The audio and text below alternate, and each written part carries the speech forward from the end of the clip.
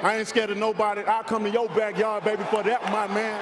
I promise you that. Anytime, when you up in the ring with a real fighter, when you in for a real fighter, that's what it's all about, man. Squad, no bother, no bother. So, listen, anytime, any place, anywhere, I'll fight you in your back garden like a dumb Klitschko. I'll beat you, you bum. this is just an act, baby. You're not a real fighter. You can run around like you a preacher and all that you want, but baby, I promise you, when you step in the ring, I will baptize you.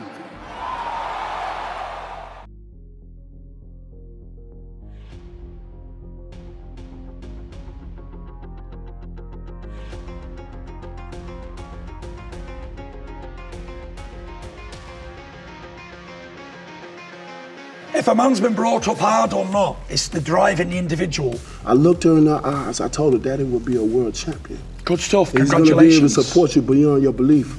I am no challenger for no man.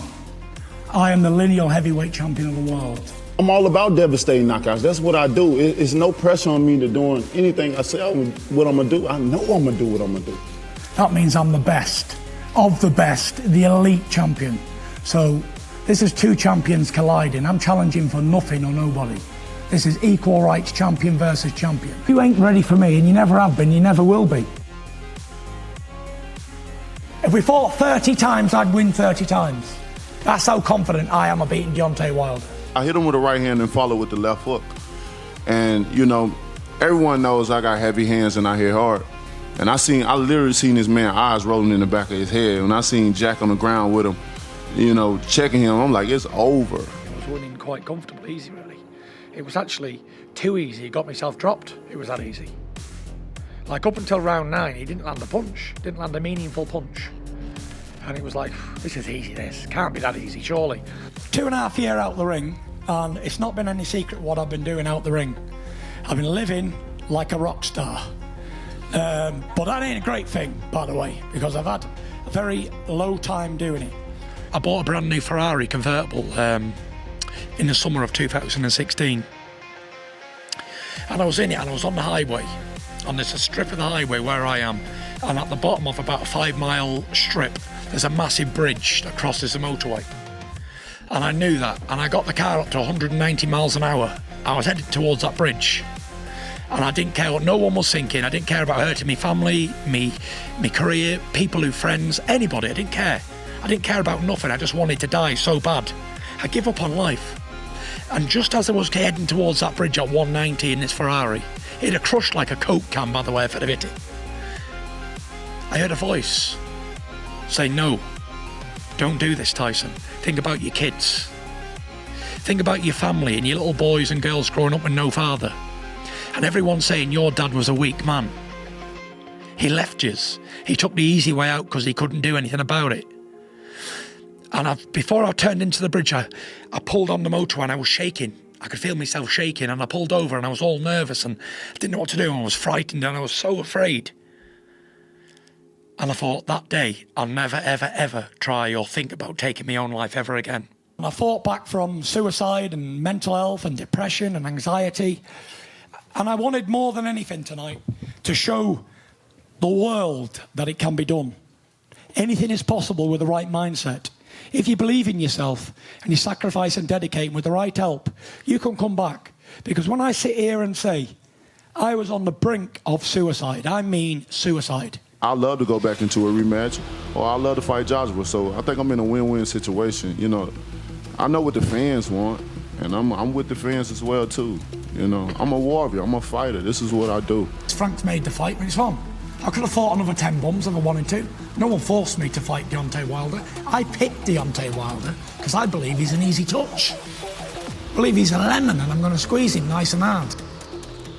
I told Fury 2 years ago that I was going to baptize him, and I did just that. You know, rising up is part of the baptism. I told him he was going to go timber, and he did just that. But this time around, it's a different story. I think the consensus is either he knocks me out or I win on points. Is that what's been going around? Why so many trainers? Why so many rotations? He rotating trainers like he do his draws. Everyday change. Firing, hiring.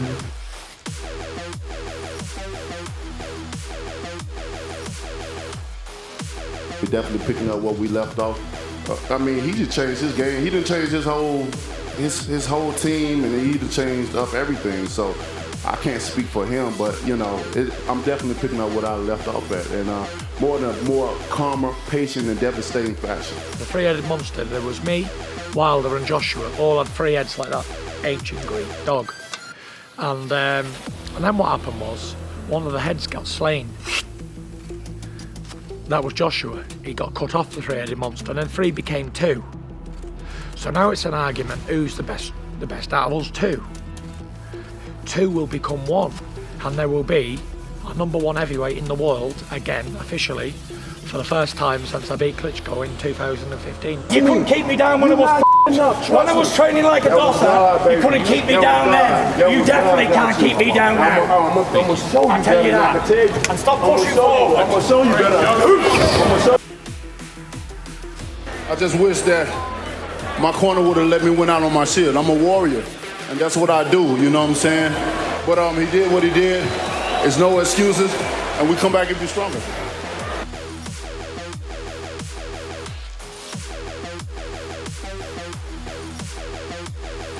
Men lie, women lie, but your eyes don't lie what you see, you know? So many people can believe what they want. We're all human.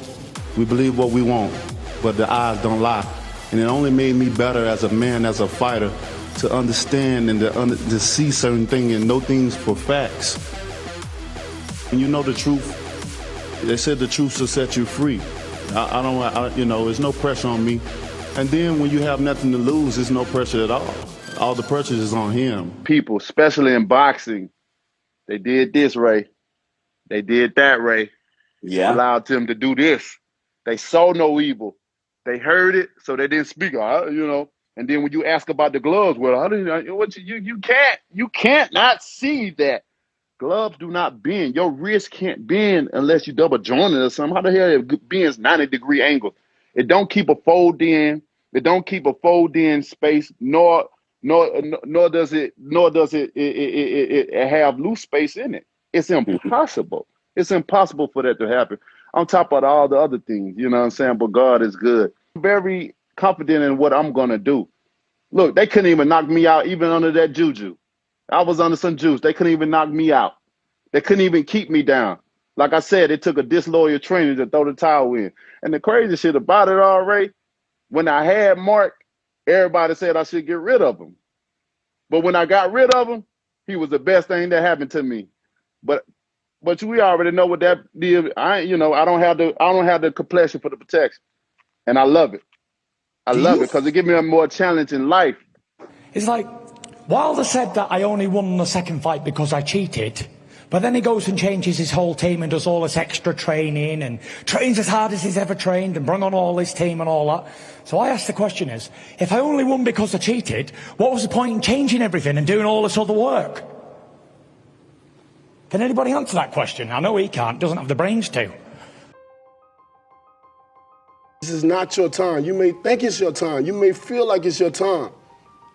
But it's not your time, Tyson. This is my time. People will be talking about me and Deontay Wilder in a long time to come. And they'll say, you know what, then both of them guys really stood up to the task and fought each other when they were in their primes. Deontay Wilder, make no mistake, is probably the biggest puncher in heavyweight history. I don't know anybody who knocked out 39 or 40 opponents, then rematched the one he went the distance with and knocked him out. He's a fearsome puncher for sure. Something deep down inside me makes me the man I am. Me and this man have a lot of history together, you know. Yeah, and it's been going on ever since before we was champions. And to finally be able to have this moment right now, to share the ring with him right now, it means a lot, you know. It's the right time. Listen, he's going to land a punch, isn't he? It's not where you can't go in a shower and not get wet. You're not going to dodge every stream here that comes down out the shower head. You will get hit, that's for sure. But it's about not getting drenched like I did before.